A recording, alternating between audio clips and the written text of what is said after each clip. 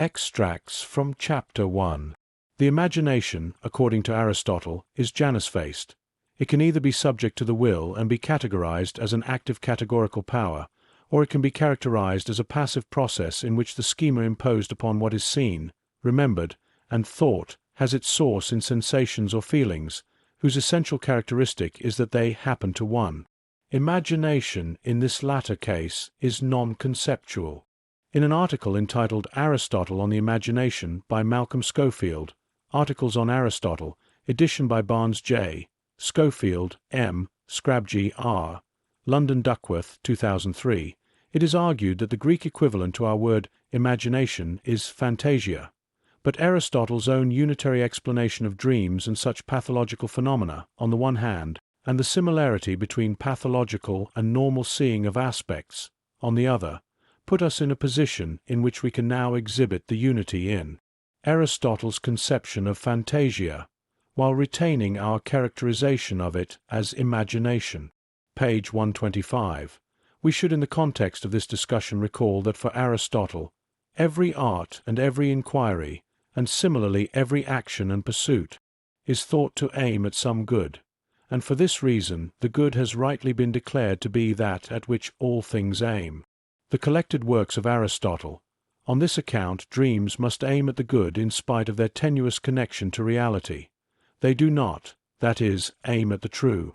Extracts from Chapter 1.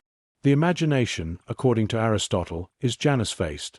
It can either be subject to the will and be categorized as an active categorical power, or it can be characterized as a passive process in which the schema imposed upon what is seen, remembered, and thought has its source in sensations or feelings, whose essential characteristic is that they happen to one. Imagination, in this latter case, is non-conceptual. The dreamer believes that they are experiencing or seeing a man in a red shirt, and do not know that they are merely imagining that they are seeing a man in a red shirt.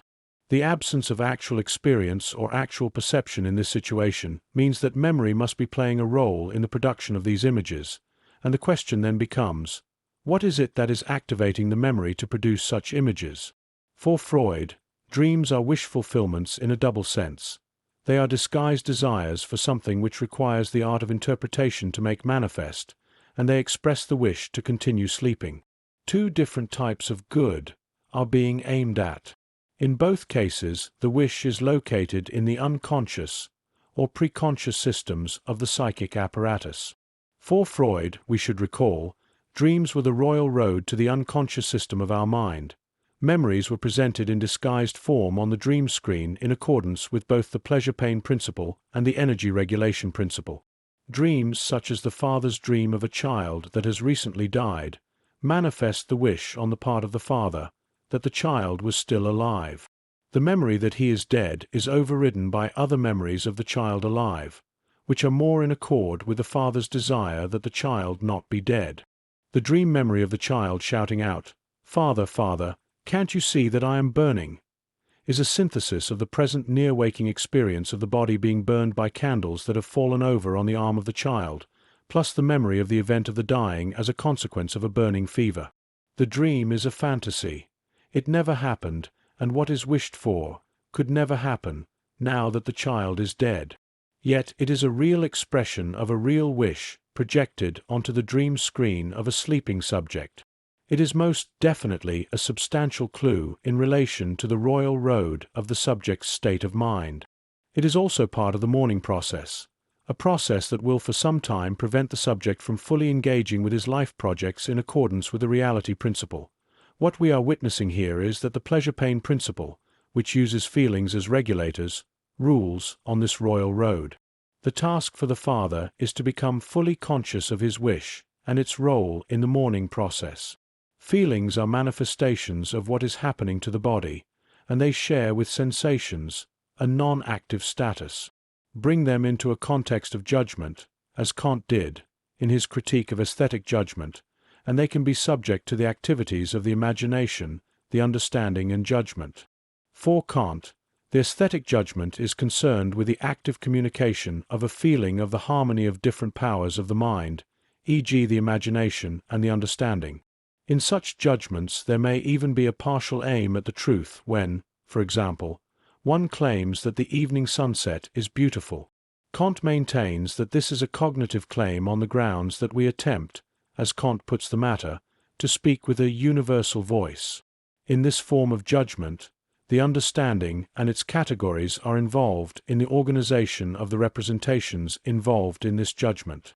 We know from his work on the rhetoric and the anima that Aristotle believed emotions can be connected to both our powers of understanding and judgment, and have therefore a claim to be cognitive. Emotions have both objects and grounds for their occurrence. Anger, to take a typical Aristotelian example, connects judgment and thought via an awareness of an apparent injustice that has been done to the angry subject. Here Aristotle appeals to his hylomorphic account and speaks of the matter of anger being the physiological response of the agitation of the blood around the heart. He also speaks of the form of the subject's anger being related to the subject's desire for retaliation or revenge. It is clear in this situation that the subject's judgment, in such circumstances, is only partially overcome, and there is a complex relation to the pain involved in the situation. Fear, too, has a similar structure in which the matter is a number of complex physiological responses, and the form is connected to the perception or thought of an evil that is related to imminent danger and the possible pain associated with this danger.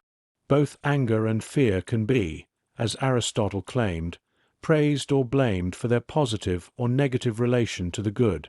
The angry man must believe that he has been insulted for the anger to be authentic, and the fearful man must believe in dangerous circumstances, if the fear is to be genuine.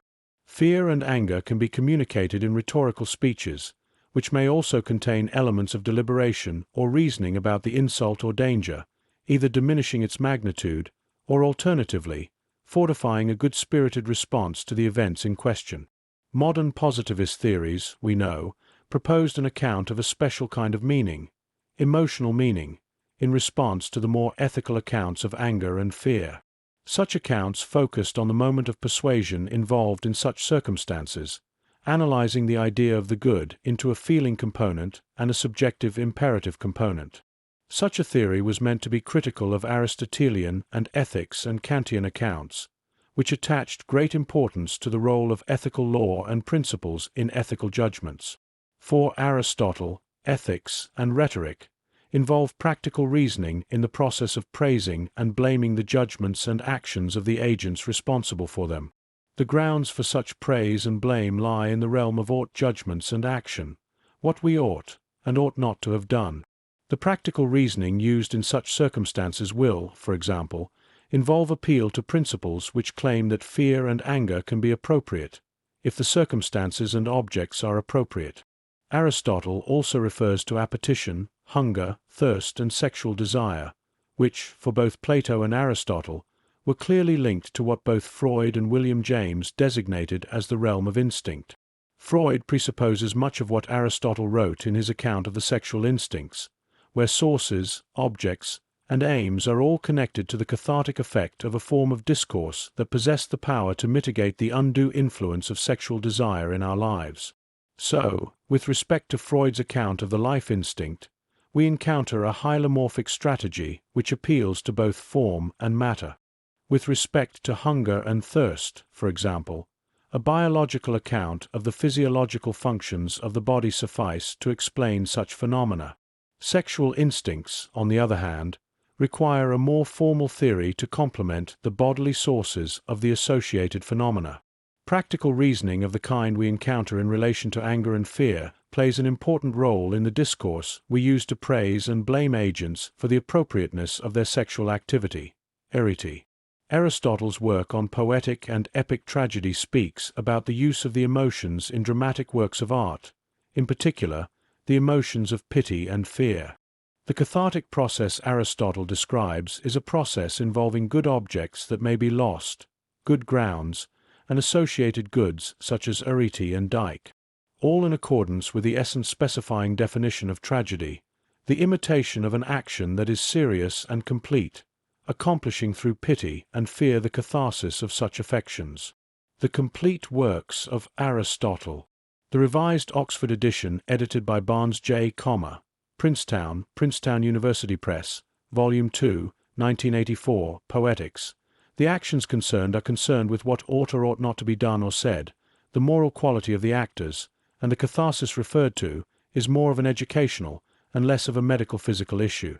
Medical catharsis involves the purging of pathological impurities related to states of health or disease of the body, whereas educational catharsis is concerned with the pathologies and the healing of the soul, Psuc, in relation to arete and dike. There is, as Aristotle maintains, a kind of educational pleasure attached to this process in which one learns what the good is. Needless to say, we are concerned with the imagination and its universalization in the process of appreciating dramatic works of art. There is an equivalent work of appreciation which helps us to understand the peculiar nature of those goods that are both good in their consequences and good in themselves. Knowledge, episteme, of the good is at issue in the mimetic context of an artwork, and the imagination, therefore, plays a decisive role in both the creation and the appreciation of works of art. Judgment, therefore, plays a more important role than reason in the realm of the productive sciences such as rhetoric and art. In contexts of practical reason, where we are directly concerned with action rather than imitative representations, understanding and reason play a larger constitutive role, and teleological judgment and imagination a lesser role. The key idea involved in ethical forms of practical reasoning is that of the freedom to choose one's action alternatives. This is a direct consequence of the Kantian claim that forms of life are entities that are self-causing and can therefore negate any destructive desire that arises in their mental arena, e.g. refusing to take a drink if one is a recovering alcoholic. Sartre characterizes this freedom in terms of consciousness, and claims that the essence of consciousness is negation. Freud here, as in other matters, aligns himself more with Kant, and claims that the desire to take a drink as a result of the cravings of one's appetite system arises as a so-called primary process, activity which can be neutralized by a secondary process reality-based operation of choosing not to imbibe. The secondary process is operating in these circumstances as an inhibitory power. In this process, the representation of the drink thus becomes a lost object in the history of the individual's desire. The wounded desire that resulted in the choice not to take the drink is then required to submit to an attitude of resignation and acceptance of the wound to the self. This impulse control triangle is for Freud related to the Greek idea of arete, which ensures that we do the right thing in the right way at the right time. Yet the whole process is haunted by feelings of mourning and melancholia, which hover like dark clouds over such kinds of action. Paul Ricoeur, in his work, Freud and Philosophy, an essay in interpretation, is more inclined to place faith in the teleological aspect of action processes, which he claims must supplement the so-called archaeologically oriented account provided by Freud. This presupposes that Freud's account did not contain a teleological element, which is a questionable presupposition, given Freud's use of Platonic themes and ideas in his later work. Plato's Republic, we know, was an attempt to provide an account of the good in itself and the good in its consequences, in relation to the ideas of arete and dike. Ricoeur, in contrast, attempts to synthesize the teleological and archaeological aspects he refers to with a theologically laden eschatological meaning of justice, getting what one deserves. This places both the Socratic account of justice, involving knowledge, episteme, of how the laws work in the polis, and the Aristotelian account of justice, involving the virtues of a middle class who choose to rule in accordance with the principle or law of the golden mean, in a state of suspension. Behind the account given by Ricoeur lies a conviction that psychology is not an observational science, but rather an exegetically science, a science involving language and what he regards as its relation to a dialectics of presence and absence. The psychoanalytical theory of Freud, we know, demanded a theory to guide the interpretation of dreams, symptoms, and pathological behavior of his patients. These patients were providing Freud with a story about their lives and its meaning. This story reached back into the past and forwards out into an imagined future. Such a story could not possibly be conceived of as a collection of facts, established by observational activity, but must rather be conceived of as a motivational history organized by the types, constituted by case studies of individuals.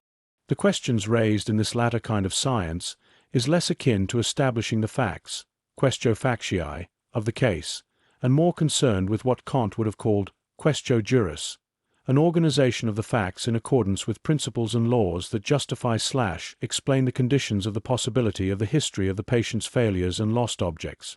Psychoanalysis, then, in its theoretical aspect, is concerned with the production of mental health, but also with Arete and Dyke, with how the patient ought to be leading their life in order to achieve eudaimonia, a good-spirited, flourishing life.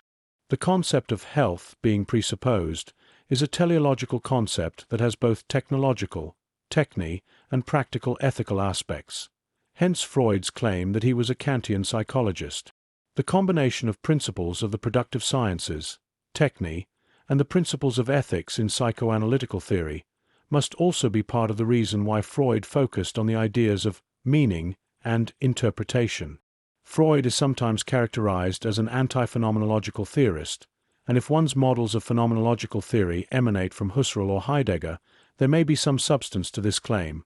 But if one, instead, compares the phenomenology of Merleau-Ponty to Freudian theory, the differences of the positions seem less striking. For Merleau-Ponty, the human body is not a set of causally related entities and processes, but rather a lived form of being in the world, Psuc, in which meanings relate to meanings in a way very different to the way in which material and efficient causation relate to their effects. For both Merleau-Ponty and Freud, sexuality is a form of life with global rather than local meaning and is related to our freedom, which also has a global meaning. Freedom, however, has more cultural significance than sexuality, and there are therefore circumstances in which culture rightly demands of us that we sacrifice our sexual satisfactions for higher purposes. Freud, in his work Civilization and its Discontents, claimed that this giving up of sexual objects and satisfactions was not a straightforward sacrifice, and may give rise to a form of discontentment with our civilization. This inhibitory process is obviously connected to the work of the ego and the defense mechanism of sublimation, which is, in fact, a vicissitude of instinct. What is being invoked here is the Freudian impulse control triangle of desire, demand, refusal, and the melancholic image that emerges from this is of the wounded self that needs to go in search of treatment, that hopefully results in the resignation and acceptance that comes with increased wisdom and understanding, a process steered by the reality principle. This latter characterization of the education of desire is, in fact, difficult to represent using phenomenological concepts and ideas, since there is no clear role for rational principles in this kind of account.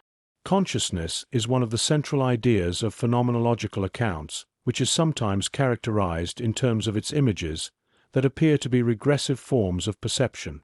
There is no obvious role for the rational principle of non-contradiction in phenomenological accounts, which claim to be searching for essential descriptions of phenomena in the dreamlike world of images.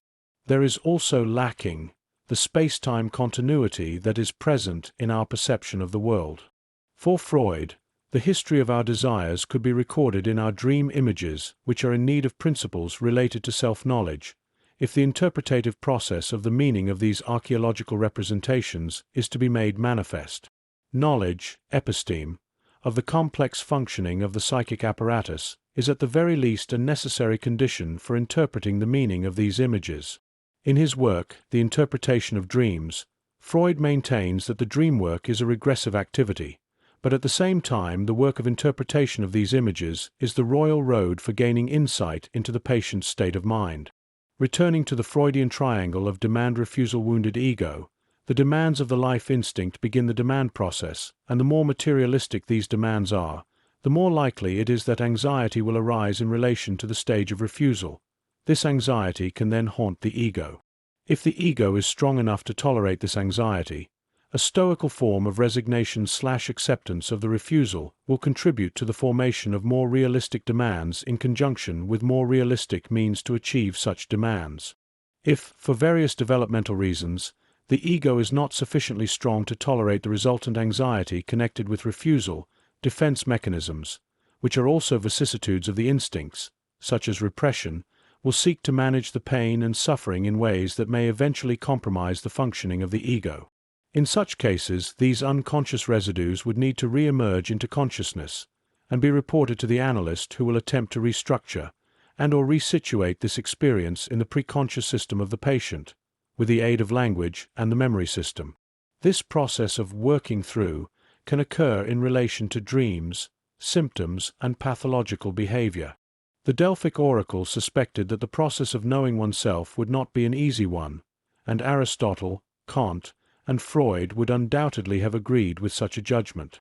This process of working through requires the operation of the reality principle insofar as it regulates both the theoretical discourse connected with the treatment and the practical activities/symptoms of the patient.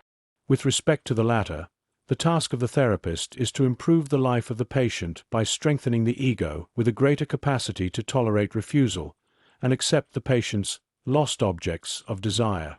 If the patient has been traumatized, and the ego is strengthened so that the patient no longer blindly and pathologically repeats an activity or acts out, the consequence of good treatment will be to convert traumatic anxiety-laden images into normal memories that will fade in intensity with the passing of time. Memory of the traumatic episode ought, that is, to be recalled in the course of time with diminished levels of anxiety. During the course of this therapeutic process, the patient will be subjected to a therapeutic technique that relates to the refusal phase of the Freudian triangle. The analyst, that is, will use the transference love that the patient feels for the analyst, for the purposes of overcoming the patient's resistances to the treatment. The task of the analyst is partly to overcome the narcissism of the patient, which resists reality when the patient attempts to consolidate a defensive position via the energy regulation principle and the pleasure-pain principle. The instincts and their more positive vicissitudes, such as sublimation, need to be mobilized in a therapeutic process that aims at displacing narcissistic tendencies. If the ego remains narcissistic, lost objects of desire that are valued highly may not be merely mourned, but may be subject to the self-destructive mood of melancholia, which testifies to the presence of the death instinct. Aggression is the typical response of a narcissist to what is perceived as a universally hostile environment.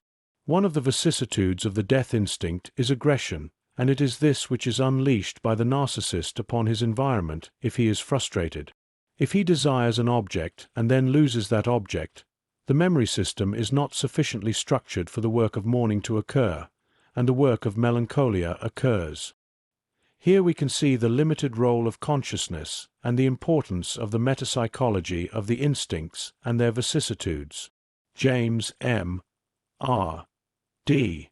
The World Explored, the World Suffered, A Philosophical History of Psychology, Cognition, Emotion, Consciousness and Action, Lambert Academic Press, Mauritius, 2020, page 203.